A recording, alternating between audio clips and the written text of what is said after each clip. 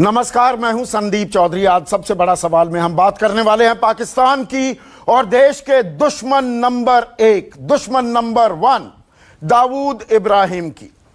सालों से भारत सीधा आरोप लगा रहा था कि दाऊद इब्राहिम हमारा दुश्मन नंबर वन पाकिस्तान में छिपा हुआ है, पाकिस्तान ने उसको पनाह दे रखी है। लेकिन पाकिस्तान, जो उसकी आदत है, वो ये मानने को तैयार नहीं था, सफेद झूठ बोलता था। लेकिन आज बड़ा खुलासा हुआ है और पिछले 1 घंटे से न्यूज़ 24 पर हम ये खबर आपको लगातार दिखा रहे हैं। और जो चैनल थे वो कुछ और खबरों में ही मशगूल थे। ये सबसे बड़ी, सबसे अहम, सबसे इंपॉर्टेंट ब्रेकिंग न्यूज़ है इस वक्त की। पाकिस्तान के झूठ की पोल खुल गई है और ये भंडाफोड़ किसने किया है? खुद पाकिस्तान ने किया है। ये दस्तावेज है मेरे पास, ये पाकिस्तान के दस्तावेज हैं। 83 पन्ने हैं ये। और पहला पन्ना दिखाता हूं। ये government of Pakistan, ministry of foreign affairs का एक ऑर्डर है 18 अगस्त का। और इसमें सबसे ज्यादा जरूरी हैं 2 पन्ने, पन्ना नंबर 48 और पन्ना नंबर 49। यह ऑर्डर किस लिए किया गया है? जो आतंकवादी हैं, जो हत्यारे हैं, उनकी चल अचल संपत्ति, मूवेबल इमूवेबल प्रॉपर्टी अब जब्त की जा रही है पाकिस्तान में। यह बाकायदा इससे मुताल्लिक, इससे जुड़ा हुआ आदेश पारित कर दिया गया है। और 48वें पन्ने पर नाम किसका है? दाऊद इब्राहिम कास्कर, देश का सबसे बड़ा दुश्मन। और सारी डिटेल्स यहां पर खुद पाकिस्तान दे रहा है। डेट ऑफ बर्थ, जन्म तिथि 26 दिसंबर 1955। यह भारत का दस्तावेज नहीं है, मैं फिर से आपको बता दूं। यह पाकिस्तान सरकार ने दस्तावेज जारी किया है। उनकी ministry of external affairs, foreign affairs, विदेश मंत्रालय का यह डॉक्यूमेंट है। प्लेस ऑफ बर्थ, जन्म कहां हुआ? खेर, रत्नागिरी, महाराष्ट्र, इंडिया। और उसके बाद ध्यान करने वाली बात है, दर्शकों गौर से सुनिएगा, नेशनैलिटी इंडिया, पासपोर्ट की भी यहां पर डिटेल्स दी गई हैं। और इन पासपोर्ट्स में Pakistan number passport G866537 issued on 12 अगस्त 1991, 12 अगस्त 1991 को पाकिस्तान में एक पासपोर्ट इशू किया गया दाऊद इब्राहिम कास्कर के नाम पर। और कहां पर इस इशू हुआ, कहां पर जारी हुआ? रावलपिंडी में। फिर C267185 इशूड इन कराची इन जुलाई 1996। पहले वाला मिसयूज किया गया कि भाई दुरुपयोग हुआ। 1996 में कराची में फिर से एक पासपोर्ट जारी हुआ। और फिर H123259 इशूड इन रावलपिंडी इन जुलाई 2001। रावलपिंडी में फिर एक और पासपोर्ट जारी किया गया। रावलपिंडी बेस है पाकिस्तानी आर्मी का, जो दरअसल देश को चलाते हैं। ISI का बेस है रावलपिंडी। और G869537 इशूड इन रावलपिंडी। और यही सिलसिला नहीं थमता है। आपको दर्शकों, बहुतेरे चैनलों ने, हमारी जो खुफिया एजेंसियां हैं, हमारी जो जांच एजेंसियां हैं, उन्होंने लगातार कहा कि पाकिस्तान के कराची में, क्लिफ्टन एरिया में रहता है, उस इलाके में एक आलीशान जो उसका बंगला है, उसकी तस्वीरें आपको हमने लगातार दिखाई हैं। यहां पर पाकिस्तान का विदेश मंत्रालय खुद कह रहा है, एड्रेस यानी कि पता, कराची, पाकिस्तान। पता क्या है? White house near Saudi mosque, Clifton. तो जो हम लगातार, भारत जो लगातार, हमारी जांच एजेंसियां जो लगातार कह रही थी, वो बात अब खुद पाकिस्तान मान रहा है। दूसरा घर, B, house NU37, 30th street, defence housing authority, Karachi. Karachi में एक नहीं, दूसरे मकान का भी जिक्र वहीं की सरकार कर रही है। See, palatial bungalow in the hilly area of Noorabad in Karachi. Karachi का जो पहाड़ी इलाका है नूराबाद, वहां पर भी एक आलीशान बंगला है। तो आप देख सकते हैं, चोरी और सीना जोरी जो कर रहा था, अब आफत आई है। और आफत क्या आई है? FATF जो है, फाइनेंशियल एक्शन टास्क फोर्स, ये पेरिस बेस्ड एक संस्था है, ये हर देश पर निगाह रखती है कि आतंकवादियों को पनाह तो नहीं दे रहे हैं। और उसके चलते जून 2018 में पाकिस्तान को ग्रे लिस्ट में डाल दिया गया था। पिछले साल दिसंबर तक कार्रवाई करनी थी, लेकिन संक्रमण का बहाना लिया, थोड़ा और वक्त ले लिया। ब्लैक लिस्ट में डलते ही पाकिस्तान बाहर से पैसे नहीं ले पाएगा, उसे विदेशी मुद्रा नहीं मिल पाएगी। पाकिस्तान पहले से ही कंगाली के कगार पर है। उनके विदेश मंत्री शाह महमूद कुरैशी इस वक्त चीन में हैं, चीन से पैसे मांग रहे हैं।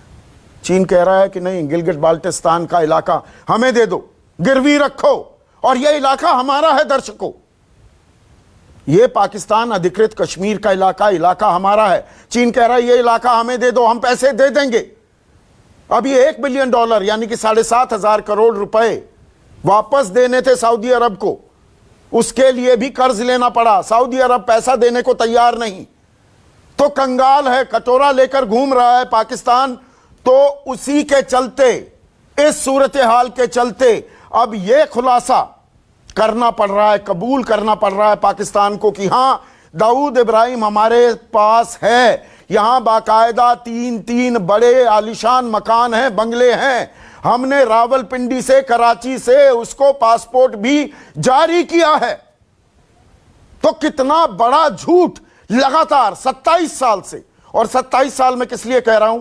1993 में मुंबई धमाके हुए थे, दाऊद का उनमें हाथ था। 2008 में मुंबई पर 26/11 को हमला हुआ, उसमें दाऊद का हाथ था। लेकिन पाकिस्तान लगातार डिनाई करता रहा।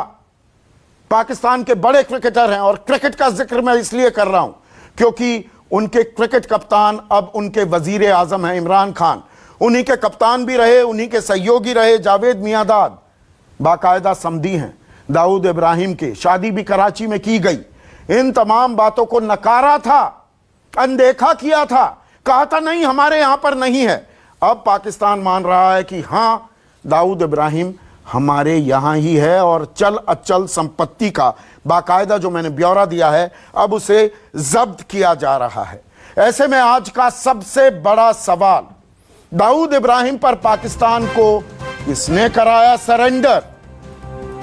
और क्या चीन का उपनिवेश बन जाएगा पाकिस्तान? चीन का पिट्ठू बन जाएगा? पैसे की दरकार है, कंगाली के कगार पर है पाकिस्तान। चर्चा में मेरे साथ बीजेपी के राष्ट्रीय प्रवक्ता, विदेश मामलों को भली भांति समझते हैं, नरेंद्र तनेजा, कांग्रेस की राष्ट्रीय प्रवक्ता सुप्रिया श्रीनेत, मेरी तरह पत्रकार रह चुकी हैं, अर्थव्यवस्था को, डिप्लोमेसी को, सभी को भली भांति समझती हैं, major general Ashwini Siwach, chief of staff रह चुके हैं पूर्वी लद्दाख में, जहां पर चीन आंखें तरेर रहा है, तो इस पूरे खित्ते को भली भांति समझते हैं। मेरे साथ एम्बेसडर अशोक सज्जनहार हैं, और साथ ही साथ एक मेहमान पाकिस्तान से भी जुड़ गए हैं, उनका मैं अभी आपसे परिचय कराता हूं। लेकिन सबसे खास मेहमान, क्योंकि वो पाकिस्तान को हम सबसे बेहतर जानते हैं, विवेक काटजू, सचिव रह चुके हैं विदेश मंत्रालय में। विवेक काटजू, इस खबर को आप किस तरह से देखेंगे? आज तक पाकिस्तान जिस बात को नकार रहा था, आज खुद उनका विदेश मंत्रालय इस बात का खुलासा कर रहा है इन 83 पन्नों के दस्तावेज में, पन्ना नंबर 48, पन्ना नंबर 49। जो बात सबको मालूम थी, जो बात पाकिस्तान नकारता था, आज पाकिस्तान को, मुझे इजाजत दें ये शब्द कहने के, अपनी नाक रगड़नी पड़ रही है जमीन पर, और उसी बात को मंजूर करना पड़ रहा है। ये आज के दिन पाकिस्तान की साख अंतर्राष्ट्रीय समुदाय में बिल्कुल न्यूनतम हो गई। आज पाकिस्तान एक किस्म से, अब जिसको अंग्रेजी में अगर आप इजाजत दें कहें कि it is naked before the world in terms of its reputation. उसकी जितनी भी रेप्यूटेशन थी, साख थी, वो अब खत्म हो गई। और आपने सही फरमाया, आज के दिन पाकिस्तान की अर्थव्यवस्था बहुत ही मुश्किल में है। वो सऊदी अरेबिया और जो UAE, यूनाइटेड अरब एमिरेट्स को आंखें दिखा रहा है। आज के दिन पाकिस्तान चीन के सामने बिल्कुल एक किस्म से साष्टांग कर रहा है, क्योंकि उसके पास और कोई चारा नहीं बचा है। और वो ब्लैक लिस्ट में, तो मैं इतना कहूंगा उसके अभी भी दोस्त बचे हैं, चीन है, तुर्की है, मलेशिया है, जो कि उसको ब्लैक लिस्ट में FATF के नहीं होने देंगे। लेकिन इन देशों पर भी अब अंतर्राष्ट्रीय समुदाय का इतना प्रेशर पड़ा है कि पाकिस्तान को ये बात कबूल करनी पड़ी कि वो कि इब्राहिम वहीं पर है। लेकिन इससे ज्यादा जो सबसे इंटरेस्टिंग बात आपने बताई वो ये कि 1993 में ये मुंबई ब्लास्ट हुए थे, लेकिन पासपोर्ट जो जारी हुआ पाकिस्तानी, वो आपने कहा 1991 का है। 12 अगस्त सर, मैं दोबारा से दर्शकों को बता रहा हूं, और पाकिस्तान के हुक्मरान इसे डिनाई करें, उन्हीं का ही ये पेपर मैं हाथ में लिए बैठा हूं, 83 के 83 पन्ने।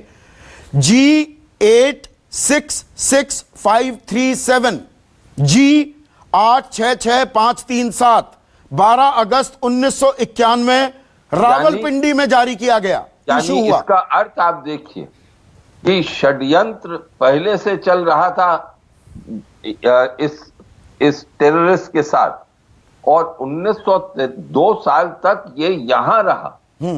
तो अब ये सवाल उठता है, और हमारे जो खुफिया एजेंसीज हैं उनको इस पर सोचना पड़ेगा कि ये षड्यंत्र का क्या पता ही नहीं चला हम लोगों को कि पाकिस्तानी पासपोर्ट है, पाकिस्तान के साथ उसकी साठगांठ है।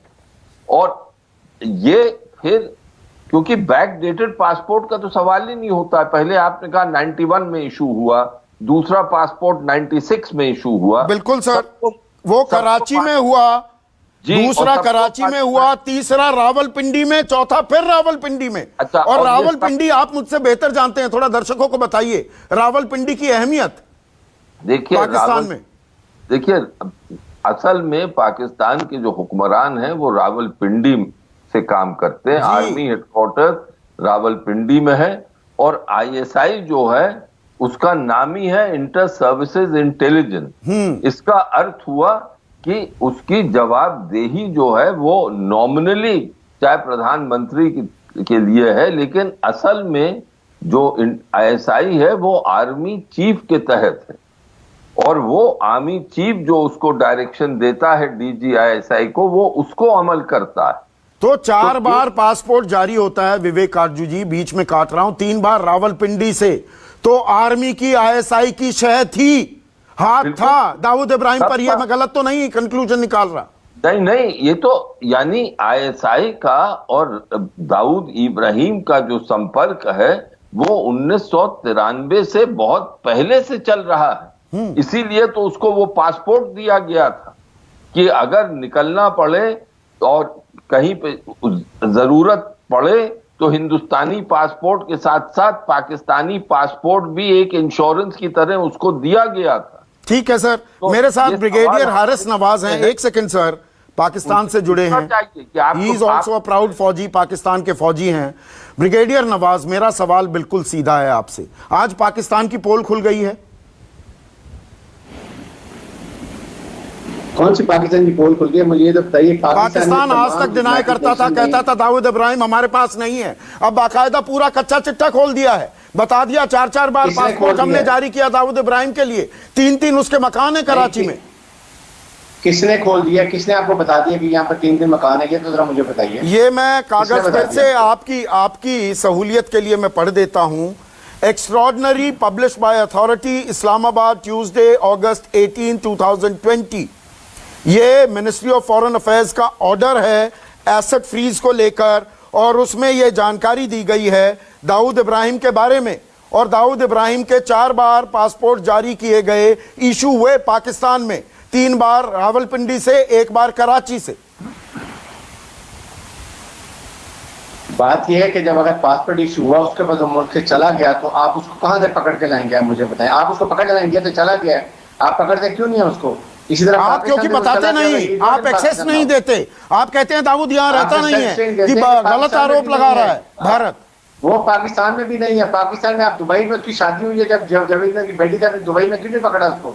दुबई में था ना, वहाँ की जरूरत ना, मुझे ये बताइए दुबई में ब्रिगेडियर नवाज, 1 मिनट सर, सारे को पता है सर, ये जो पासपोर्ट इशू किया गया 12 अगस्त 1991 को रावलपिंडी में G866537, ये तो पाकिस्तान सरकार ने किया होगा ना पासपोर्ट जारी? पाकिस्तान में आया, उसके बाद वो निकल गया, फिर दोबारा नहीं आया। दोबारा नहीं आया? ना ना ना ना, आप गलत, देखिए आपके पास पूरी जानकारी नहीं है। मैं जानकारी सर सुनिए तो फिर बताइएगा, मैं आपकी बात सुनने के लिए बिल्कुल तैयार बैठा हूं। ये तो 1991 की बात हो गई। फिर C267185 जुलाई 1996 में कराची से एक और पासपोर्ट इशू हुआ। फिर H123259 रावलपिंडी में जुलाई 2011 में पासपोर्ट इशू हुआ। फिर G869537 एक और पासपोर्ट रावलपिंडी में इशू हुआ। मतलब ये संयोग है क्या? ये कोइंसिडेंस है ब्रिगेडियर नवाज? कोइंसिडेंस नहीं है। पासपोर्ट इशू होता है, पासपोर्ट का इशू होता है, उसके बाद अगर आप चले जाएं, आप वापस ना आए तो आप कुछ नहीं कर सकते। मतलब आना जाना था, ये तो प्रूव हो रहा है। मैं आपकी बात मानता हूं तो 1991, 96, 2001, मतलब इन तमाम सालों में दाऊद इब्राहिम पाकिस्तान में था। दाऊद इब्राहिम आया होगा, चला गया होगा, ऐसे नहीं कि यहाँ रह तो नहीं सकता ना पाकिस्तान। अच्छा, रह नहीं सकता पर 3-3 मकान बना लेता है। मतलब आप कह रहे हैं वो खाना बदोश था, कभी आया कभी चला गया। कराची में white house near Saudi mosque Clifton.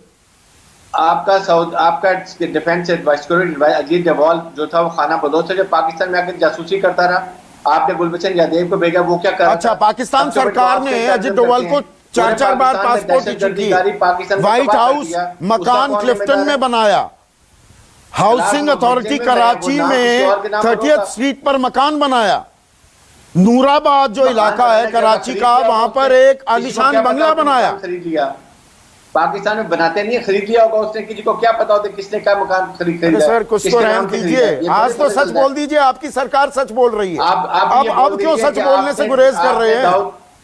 आप भी ये बोल दें कि आपने गुलबचन यादव को, सर्विंग नेवल कमांडर को, पाकिस्तान दहशतगर्दी के लिए भेजा, मान जाइए।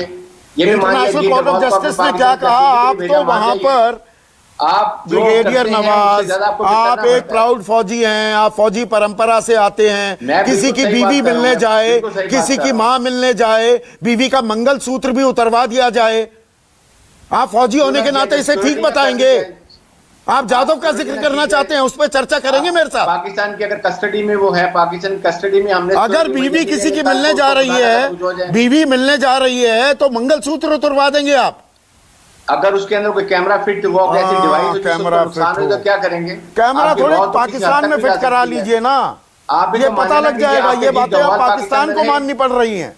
आप ओपनली कहते हैं कि बलूचिस्तान में दहशतगर्दी कर रहे हैं, आप मानते हैं कि शिफ्टिंग द गोल पोस्ट क्यों कर रहे हैं? आज जो पोल खुली है, कहिए कि पोल खुल गई हमारी, तो मान जाए ना। हमारे ऊपर दबाव था FATF का, हम कंगाली के कगार पर हैं। FATF का दबाव तो हमने तो जो $10 बिलियन का आपका फॉरेक्स रिजर्व रह गया कर दिया, आप कर्ज नहीं चुका पा रहे। जिसको भी यूनाइटेड नेशन ने जिसको भी डिक्लेयर किया, हमने उसको सबको डिक्लेयर कर दिया, उनके एसेट फ्रीज कर दिए, उनके खिलाफ कार्रवाई कर दी। जो एक्शन चाहिए आप दाऊद इब्राहिम को भारत को सौंपेंगे ब्रिगेडियर नवाज? अब भारत को सौंपेंगे, अब भारत को सौंपेंगे दाऊद इब्राहिम को सौंपेंगे। अगर आप पाकिस्तान में हो तो सौंपेंगे ना, आप सौंपेंगे हो तो सौंपेंगे। मतलब अभी भी चेंज कर लें। एक मिनट, नरेंद्र तनेजा आप देखिए, ये पूरा कच्चा चिट्ठा खुल गया, पूरा कच्चा चिट्ठा खुल गया। हमने नहीं खोला, खुद पाकिस्तान सरकार मान रही है, लेकिन अभी भी मानने को तैयार नहीं कि वो आता था चला जाता था। संदीप जी, उनके कहने से कोई फर्क नहीं पड़ता, पूरी दुनिया को पता है, और भारत को तो एक बहुत अरसे से पता है। डॉक्टर मनमोहन सिंह की सरकार की तब भी वो भी जानते थे, हमारी सरकार आए हम भी जानते हैं कि वो कहाँ रहता है, वो क्या करता है। उससे क्या पूरी दुनिया, अमेरिका की इंटेलिजेंस एजेंसी, जो यूरोप की और कुछ चाइना, सबको पता है कि वहां रहता है। और वो ही नहीं, तमाम टेररिस्ट वहां रहते हैं। पाकिस्तान पूरी दुनिया के जितने बड़े बड़े टेररिस्ट है ना, उनको पनाह देती है। उस व्यक्ति को भी इन्होंने पनाह दी, कहा नहीं माना, अमेरिका ने घुस के अंदर मारा, उठा करके ले गए। ये क्या कर लिया? ये तो देखिए किस मुल्क की आप बात कर रहे हैं। वो मुल्क जिसके पास ना तो कोई उनकी जो है किसी भी, ना तो इकोनॉमी उनकी बची है, ना उनके कोई रिलेशंस किसी, पूरी दुनिया में, जैसे काटू साहब ने बिल्कुल सही कहा, पूरी दुनिया के सामने मैं हिंदी का शब्द प्रयोग कर रहा हूं, उत्तर प्रदेश का, नंगे खड़े हुए हैं। इनकी ये हालत है। ये वो मुल्क है, आप इसे मुल्क बोलते हैं, आप इसे देश बोलते हैं, है ना। तो हकीकत अब क्या नहीं, पर अब सरकार को दबाव और बनाना पड़ेगा। हम लगातार दबाव बना रहे हैं पाकिस्तान पर, नरेंद्र तनेजा। अब दाऊद इब्राहिम को सौंपना होगा भारत को, पाकिस्तान को। एक सेकंड में आपकी सारी हम डालने की नहीं, हम बीच में नहीं बोलते हैं संदीप जी। मैं नवाज साहब आपके बीच में कोई नहीं बोला जी। हाँ, 15 मिनट से वेट कर रहा था, थोड़ा समय दीजिए। देखिए, अब जो भी डेवलपमेंट आप देख रहे हैं, जब से हमारी सरकार आई है ना, हमने क्या करा है कि पाकिस्तान को कैसे घेरा जाए। और पाकिस्तान के जो आज देखिए, कोई कल्पना कर सकता था आज से 3 साल पहले, 2 साल पहले, कि सऊदी अरब, जिससे उनके कहा जाता था वो आयरन फ्रेंड है भाई, आज सऊदी अरब ने, आप अंदाज लगाइए कितनी इनकी बेइज्जती करी। थोड़ा सा समय देखिएगा, $1 बिलियन वापस करिए, और इनके पास कोई चारा नहीं था, कहीं से इसलिए शाह महमूद कुरैशी भागे चीन गए हैं पैसा मांगने के लिए। यूएई जो पाकिस्तान का बहुत बड़ा दोस्त माना जाता था, उनको भी समझ में आ गया ये तो निकम्मा मुल्क है, निकम्मे के साथ कोई नहीं होता। आपने टर्की का जिक्र किया, आपने मलेशिया का जिक्र किया, काजू साहब ने भी जिक्र किया। इंतजार करिए, टर्की भी भाग जाएगा इनको छोड़ के। नहीं, मैं अभी उस पर भी आऊंगा। देखिए, चीन, पाकिस्तान, ईरान का नेक्सस बन रहा है, नेपाल में भी दखल दे रहा है चीन। मैं उस पहलू पर आऊंगा, पर पहले अब हमें सीधी मांग करनी चाहिए, दाऊद इब्राहिम सौंपो। मेरा सवाल ये है। नहीं, देखिए संदीप जी, प्रश्न ये है कि अरे आप इंतजार तो करिए, ये क्या सौंपेंगे, आप थोड़ा इंतजार करिए, ना जाने क्या क्या इनको सौंपना पड़ेगा। जिस मुल्क की गैरत खत्म हो गई, अस्तित्व खत्म हो गया, अब क्या बचा है आप देख रहे हैं ना। थोड़ा आप इंतजार करिए। आपने जो जो अभी डेवलपमेंट देखे हैं, सऊदी अरब ने डंप किया, यूएई ने डंप किया, दुनिया छोड़ रही है। चीन भी इनसे परेशान हो चुका है, चीन भी इनसे बेहद परेशान है, क्योंकि जब देखो कटोरा लेके वहां खड़े होते हैं। तो चीन क्या इसको सैटेलाइट बना रहा है, अपना पिट्ठू बना रहा है, मैं इस पर आता हूं। लेकिन सुप्रिया श्रीनेट, ये बड़ी खबर है, पाकिस्तान की बाकायदा पोल खुली है, पाकिस्तान पूरी दुनिया के सामने नंगा हो गया है, जो शब्द इस्तेमाल किया नरेंद्र तनेजा ने। ये एफएटीएफ का ही दबाव है। अब दाऊद इब्राहिम को यहां लाकर हमारी न्यायिक व्यवस्था क्या सजा दे पाएगी? क्या वो घड़ी अब नजदीक आती दिख रही है आपको?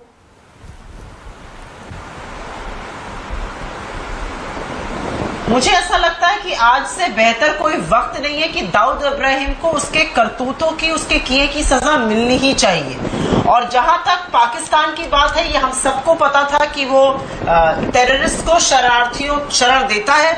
आज उनको ये बात पूरे विश्व के सामने एक्सेप्ट करनी पड़ी है, वो चाहे अब जो भी करें, किसी भी मुगालते में रहे। और मैं एक बात और कहना चाहती हूँ संदीप जी, मुझे ऐसा लगता है कि पाकिस्तान बहुत कमजोर नेशन है, उनकी इकोनॉमी और भी कमजोर है, और एफएटीएफ का प्रेशर कि जो हम बार बार बात कर रहे हैं, वो थोड़ा सा दर्शकों को समझाना भी जरूरी है कि एफएटीएफ है क्या। ये एक ऑर्गेनाइजेशन G7 ने बनाई थी, जिससे कि फंडिंग पे प्रभाव पड़ता है देशों की, और पाकिस्तान की बायलैटरल फंडिंग पे भी प्रभाव पड़ेगा, उनके इंपोर्ट पे भी प्रभाव पड़ेगा, उनके एक्सपोर्ट पे भी प्रभाव पड़ेगा, कौन उनका इन्वेस्ट कर सकता है इस पे प्रभाव पड़ेगा। और जब आज उनके खजाने खाली है, तो उनको नाक रगड़ के ये काम करना पड़ा, जैसे काजू जी ने कहा। तो आज हमारी नैतिक जिम्मेदारी बन जाती है कि हम इस मौके का पूरा फायदा उठाकर पाकिस्तान को रूल बुक दिखाएं और दाऊद इब्राहिम को उसके करतूतों की सजा दें। ये कौन सी बातें जनरल साहब कर रहे हैं पाकिस्तान से कि वो आते थे और चले जाते थे? अरे कोई माई जी का वो थोड़ी है कि आप आइए और चले जाइए। आप वहां रह रहे थे, आपने वहां घर बनाई, प्रॉपर्टी बनाई, अब अपने करतूतों की सजा भुगतने आपको आना पड़ेगा। नहीं, और इसमें पाकिस्तान की सरपरस्ती जो है, देखिए सुप्रिया, आपने बॉम्बे से बहुत रिपोर्टिंग की है, जो अब मुंबई हो गया है, उस वक्त बॉम्बे था। 93 के जो बम धमाके हुए, दंगे हुए मुंबई में, यहां पर तो सीधा लिंक बन रहा है। 1991 12 अगस्त 1991 में रावलपिंडी से एक पासपोर्ट दाऊद इब्राहिम को दिया गया, इशू किया गया। यानी कि यह साजिश पाकिस्तान से जन्म ली इसने, जैसे कि 26/11 पाकिस्तान ने करवाया। 1993 में भी पाकिस्तान की संलिप्तता थी। यह खबर सिर्फ दाऊद इब्राहिम तक अब सीमित नहीं है। बिल्कुल बिल्कुल, इसमें पूरा हाथ है कि कैसे उनकी मिलिट्री ने मिलकर रावलपिंडी से, अगर उनको 3 बार पासपोर्ट इशू हो रहा है, तो उनका पूरा हाथ है इसमें। उनको पूरा संरक्षण था दाऊद इब्राहिम को, वहां पर उनकी आर्मी का संरक्षण था, पाकिस्तान की आर्मी का। और ये जो नेक्सस है, अगर पाकिस्तान को एक ग्लोबलाइज्ड वर्ल्ड में हमारा अच्छा नेबर बन के रहना है, इस नेक्सस को तोड़ना होगा, उनको दिखाना होगा कि they are serious about curbing terror. और उसके लिए उनको दाऊद इब्राहिम को उनके हमारे करना पड़ेगा जब हमारा केस बनता है उनके खिलाफ। बिल्कुल। एम्बेसडर सज्जनहार, अब सीधे हमें एक टाइमलाइन बांधनी चाहिए, कहना चाहिए दो, आपने माना है दाऊद आपके पास है, हमें दाऊद चाहिए, हमारी न्यायिक व्यवस्था उसे सजा देगी। और अंतर्राष्ट्रीय पटल पर अब ये देखिए पाकिस्तान की जो संलिप्तता है वो भी जग जाहिर हो रही है ये पासपोर्ट इशुएंस से। इस पर हम क्या कर सकते हैं और क्या करना चाहिए आपकी निगाह में? नहीं, देखिए, बिल्कुल जो आपने कहा है संदीप जी, वही हमको आगे का अपना कार्यक्रम बनाना चाहिए। और देखिए, ये पहली बार नहीं होगा जो हम दाऊद इब्राहिम को यहाँ पर लाने की हम मांग करेंगे। हम इसके बारे में पाकिस्तान को हमेशा से कहते रहे हैं। जो दाऊद इब्राहिम वहाँ पर है, कराची में है, क्लिफ्टन में रहता है, ये उसका पता है, ये उसके अकाउंट नंबर है, ये उसका टेलीफोन नंबर है, सब डिटेल हमने दिया हुआ है पाकिस्तान को। परंतु जैसे आपने अभी कहा और जैसे आपके ये पाकिस्तान के नुमाइंदे हैं वो बता रहे हैं, तो झूठ बोलने में तो उसका कोई सानी नहीं है। नहीं, ये तो अब उनका खुद का दस्तावेज है ना, ये भारत सरकार ने थोड़ा बनाया है या मैंने थोड़ा बना दिया, वो मान रहे हैं। मुझे भी चांस है। देखिए जी बिल्कुल, अभी आ रहा हूं मैं, ब्रिगेडियर नवाज। जो मौका आया है, जो दाऊद इब्राहिम को उनको मानना पड़ा है, मैं तो इसको कंपेयर करूंगा 2011 में जब अमेरिका ने आकर ओसामा बिन लादेन को मारा था। तब भी वो कहता रहा जो नहीं है हमारे यहाँ, अमेरिका ने आकर उसको मार दिया तो तब वो कहता हमारी सॉवरेंटी पर अटैक किया गया है। ये मान तो गया जो हाँ हमारे यहाँ पर था। तो अभी भी उसको FATF का, क्योंकि भारत ने इतने सालों से पूरी तरीके से दबाव बनाए रखा, तो इसीलिए उसके पास कोई चारा नहीं था, वो मान गया है। Now we have to take it to the logical conclusion. Exactly. और उसको हमें डिमांड करना है जो उसको हमको यहां पर दिया जाए, जिससे कि उसको ट्रायल, हम उसको ट्रायल पर कर सके। 1993 के एक्सप्लोजन से, ब्लास्ट से 2008 में जो 166 लोग मारे गए हैं, उसमें भी उसका पूरी तरीके से हाथ था, उसका और हाफिज सईद और का। पाकिस्तान की सरपरस्ती थी, मैं ये भी जोड़ना चाहूंगा। Issue is not just Dawood Ibrahim sir, sorry, issue is not just Dawood Ibrahim. ये सिर्फ दाऊद इब्राहिम नहीं, हाथ किसका था, शय किसकी थी, सरपरस्ती किसकी थी, उसकी भी पोल खुल रही है ना। आपने संदीप कहा है 1991 में दाऊद इब्राहिम को रिक्रूट किया गया जी, उसको बताया गया, ट्रेन किया गया, 2 साल उसको दिए, उसने अपना काम कर दिया वहां पर। तो सारी जो काम थी, इंस्पिरेशन थी, ट्रेनिंग थी, फंडिंग थी, सभी कुछ पाकिस्तान का है। हमने तो देखिए पहले भी उनके जब मुशर्रफ वहां पर थे चीन में और बातचीत हो रही थी उनकी इस्लामाबाद से, सारे सैटेलाइट टेलीफोन के जो एविडेंस है वो सब हमने पेश कर दिया है। तो देखिए जो नहीं, अभी तक तो हम पेश कर रहे थे। विवेक काटजू बीच में इंटरवीन करना चाह रहे हैं, विवेक काटजू स्क्रीन पर। सर अब हम क्या करना चाहिए? अब तक तो हम दे रहे थे सबूत, अब पाकिस्तान कुछ कच्चा चिट्ठा अपना खुद खोल रहा है।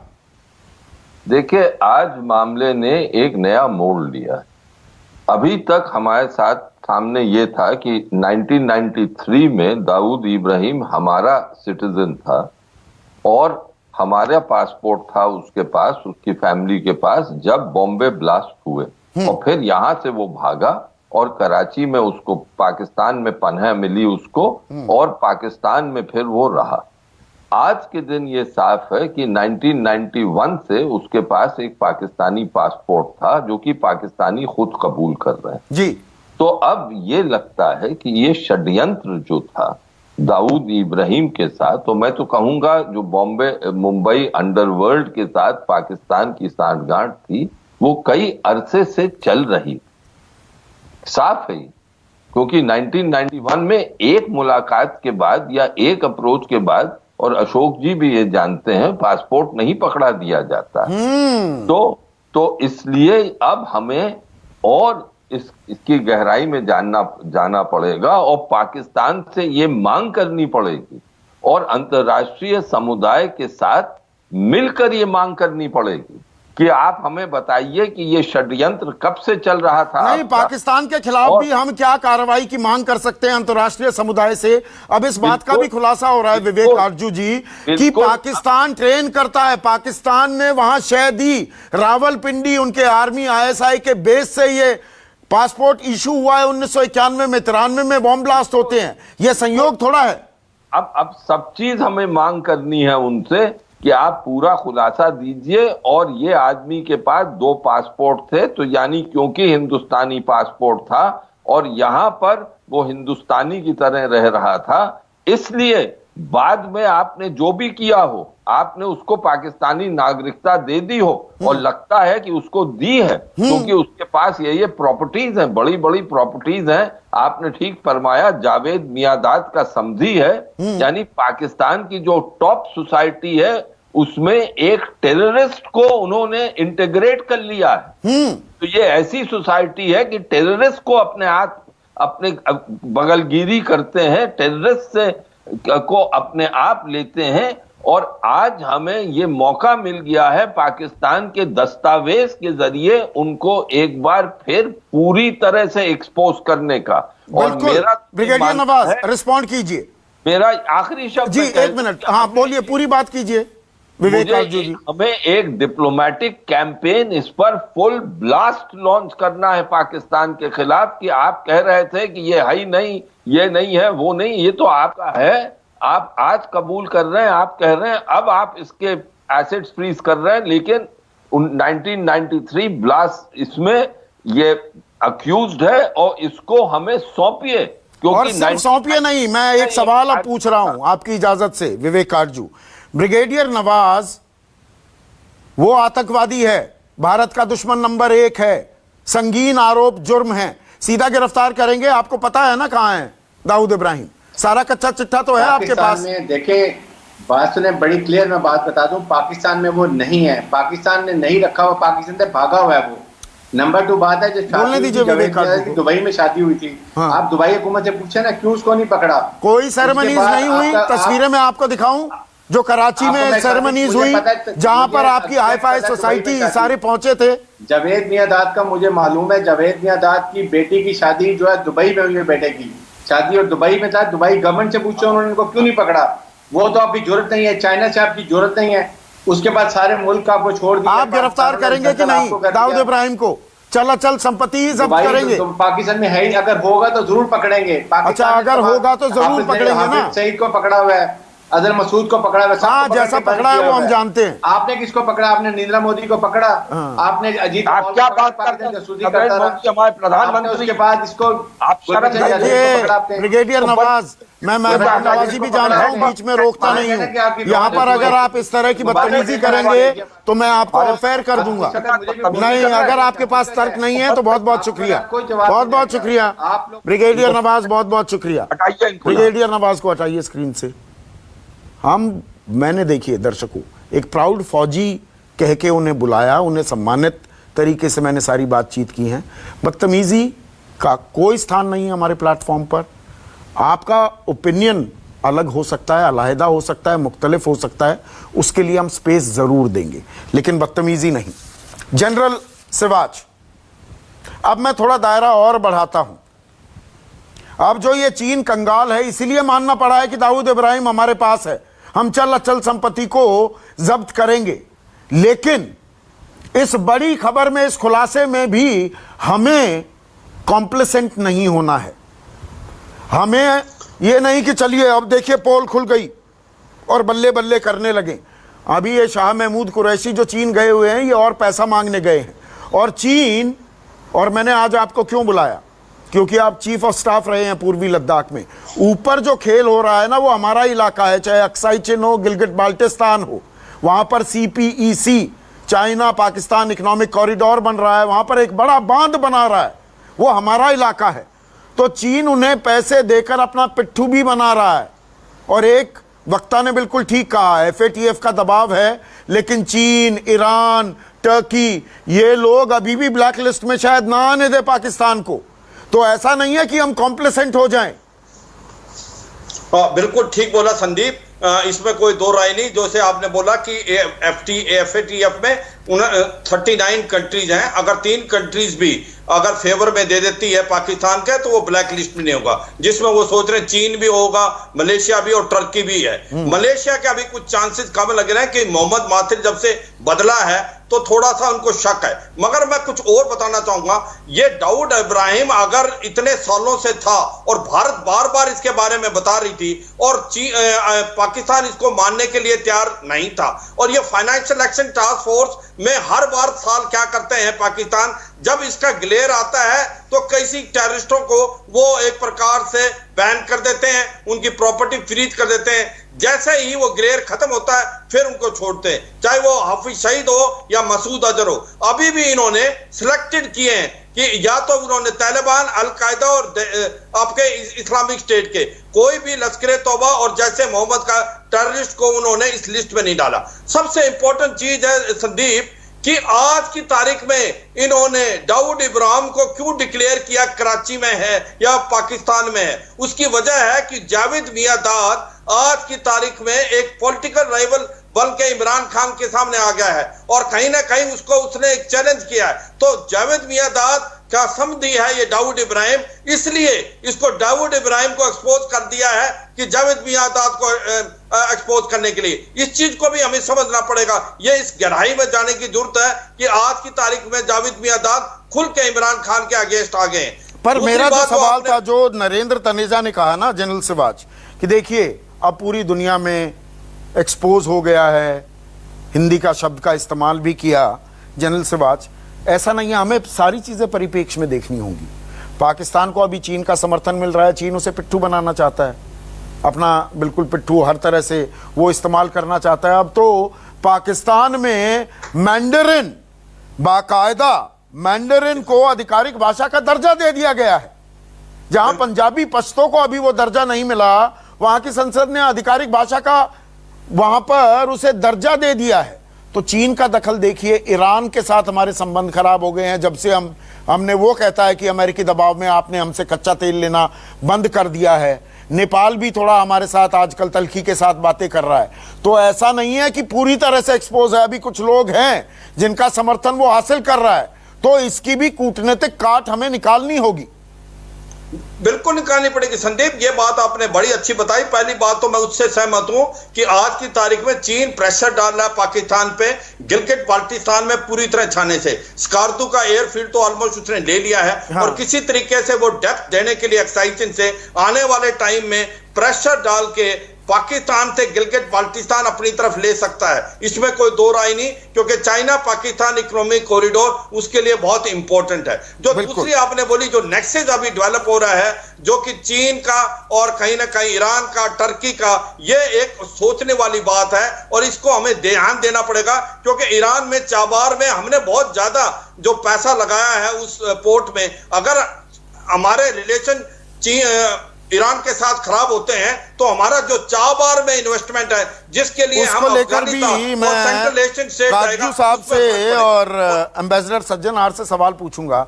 लेकिन नरेंद्र तनेजा, क्योंकि आपने ये पॉइंट रेज किया था, देखिए आज पाकिस्तान एक्सपोज हो रहा है और अब दबाव बनाने का टाइम है, पर इस एक्साइटमेंट में हमें यह नहीं भूलना चाहिए अभी कुछ लोग हैं जो उनके साथ हैं, उनकी काट हमें निकालनी होगी। नहीं संदीप जी, पहले तो आपने टर्की के साथ में ईरान को क्लब किया। ईरान से हमारे संबंध बहुत अच्छे हैं। चाबहार का प्रोजेक्ट आगे बढ़ रहा है, ठीक है, कुछ जगह कुछ थोड़ी दिक्कतें आ रही हैं ना, आप जानते हैं, मुझसे बेहतर जानते हैं। मुझे आप बोलने दीजिए। हाँ, बोलने दे रहा हूँ ना, आप काफी समय से इंतजार कर रहा हूँ, है ना। तो चाबहार में जो है उसके अंदर भी जो है थोड़ी सी परेशानी है, लेकिन वो आगे बढ़ रहा है वो प्रोजेक्ट भी। हम वहां पे जो है हमने $22 बिलियन का इन्वेस्टमेंट का प्रपोजल उनको दिया हुआ है गैस फील्ड के बारे में। हमने एलएनजी का वहां प्रोजेक्ट बनाने के लिए $7 बिलियन का प्रोजेक्ट उनको सबमिट करा हुआ है और वो उसको बहुत ही ध्यान से उसको देखा जा रहा है। वो इस गैस फील्ड के बारे में जो हम ही ने डिस्कवर करी थी, हमारी ये कंपनी ONGC, उन्होंने डिस्कवर करी थी। नॉर्थ साउथ कॉरिडोर के लेकर के भी एक्टिवली बात चल रही है। तो ईरान को हम टर्की वाली कैटेगरी में नहीं डाल सकते। ठीक है, तेल हमने कम करा, उनको भी समझ में आया कि किस वजह से हुआ है। और वहां के अलग अलग मंत्रालय भी, वहां के एम्बेसडर कहते हैं कि नहीं, भारत तो हिस्सा है, वो थोड़ा पैसे देने में दिक्कत हो गई थी, इस बार हमने 100 करोड़ कमिट किए हुए हैं। पर वहां का जो एक मंत्रालय है, पोर्ट्स और ऑयल का जो मंत्रालय है, वो कहते हैं कि नहीं अभी भारत के साथ बातचीत नहीं है। देखिए अलग अलग बयान आ रहे हैं, वो बयान आपने पढ़े हैं, मैंने पढ़े। संदीप जी थोड़ा देखिए क्या है कि इसलिए मैंने अभी ईरान पे वो करा। और जहां तक देखिए पाकिस्तान का, हमको ये बात इसकी चर्चा आपने अपने प्रोग्राम में जरूर करना चाहिए दर्शकों के लिए कि ये जो कुछ भी पाकिस्तान में हो रहा है और पाकिस्तान के जिस हिसाब से तमाम उसके जो शिकंजा है पाकिस्तान का पूरी दुनिया से कसता जा रहा है, ये अपने आप नहीं हो रहा है। ये इसलिए हो रहा है कि प्रधानमंत्री नरेंद्र मोदी की सरकार ने जो नए कदम उठाए हैं, जिस हिसाब से पूरी घेराबंदी पाकिस्तान के, ये उसका नतीजा है। और इससे पहले जो है पाकिस्तान जो को लेकर के पहले पर हमें अब जब मौका मिला है दबाव बनाए रखना होगा। सुप्रिया एक सेकंड सर, क्योंकि मेरे पास 3 मिनट बचे हैं, सभी को मैं 1-1 मिनट देना चाहूंगा। सुप्रिया, एक वो पुरानी आपने भी बहुत बार इस्तेमाल किया होगा कि 4 ए हैं जो पाकिस्तान को चलाते हैं, अल्लाह, आर्मी, अमेरिका और अरबिया। अब अरबिया अमेरिका उससे थोड़ा अलग हट रहे, पर ये चीन, ईरान, ये जो एक और नेक्सस बन रहा है, इस पर भी हमें सोचना होगा।